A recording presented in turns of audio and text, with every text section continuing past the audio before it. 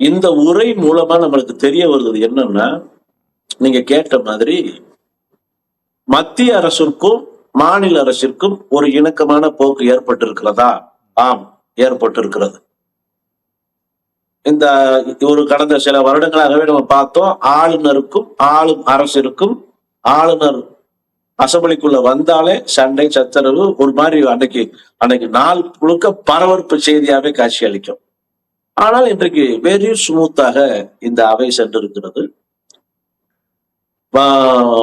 நம்மளுடைய மரபுக்கு மாறாக தமிழ்தாய் வாழ்த்து பாடிய முடித்தவுடன் மீண்டும் தேசிய கீதம், நிகழ்ச்சி முடித்தவுடன் மீண்டும் தேசிய கீதம். அதை ஆளுநர் மாளிகை பெருமையா வேற சொல்லிக் கொள்கிறது.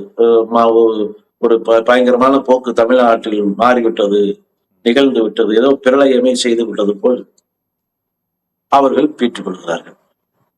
இதெல்லாம் நடந்துவிடக் கூடாது என்றுதான் அரசியல் நோக்கர்கள், அறிஞர் பெருமக்கள் எல்லா பேரும் எதிர்பார்த்தாங்க. அதாவது எதையுமே தெரியாத அமைச்சர்கள், அவை மாண்பு என்றால் என்னன்னே தெரியாத மாண்புமிகு அமைச்சர்கள், மக்கள் சேவை என்றால் எதுவே தெரியாத மாண்புமிகு சட்டமன்ற உறுப்பினர்கள், இவர்களெல்லாம் வழிநடத்துவதற்கு எப்படி வழிநடத்துவது என்று தெரியாத மாண்புமிகு முதலமைச்சர். இவர்கள் இப்போது தமிழ்நாடு அரச ஒரு ட்ரையல் பண்ணி பாக்குறாங்க. ஒரு பயிற்சி களமாக தங்களுக்கு எடுத்துக்கொண்டது துன்பம், துரதிஷ்டம், தமிழ்நாட்டுக்கு ஏற்பட்டிருக்கிற ஒரு பெரும் துயர். இது ஒரு பேரிழப்பு. என்ன ஆகும் அப்படின்னா, இந்த போக்கு என்ன ஆகும், நாளடைவில் என்ன ஆகும் அப்படின்னா, தமிழ்நாடு ஏற்கனவே வளர்ச்சி பாதையை நோக்கி 2ஆம் இடத்தை நோக்கி முன்னேறி விட்டது. முதல் இடத்திற்கு போட்டி போட்டது.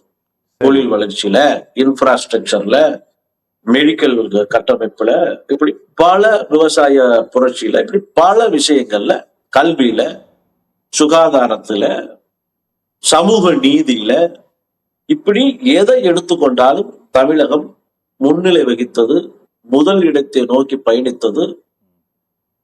பல மாநிலங்களுக்கு தமிழகம் என்றால் வெளிநாடு போல் காட்சியளித்தது. ஆனால் இந்த ஆட்சியினுடைய ஒரு மாத போக்கை நாம் பார்க்கும்போது என்ன தோன்றுகிறது, இந்த வளர்ச்சி எல்லாம் தளர்ச்சியாக மாறிவிடுமோ, இந்த முன்னெடுப்புகள் எல்லாம் பின்னோக்கி சென்று விடுமோ என்கிற பயத்தை தான் ஏற்படுத்துகிறது.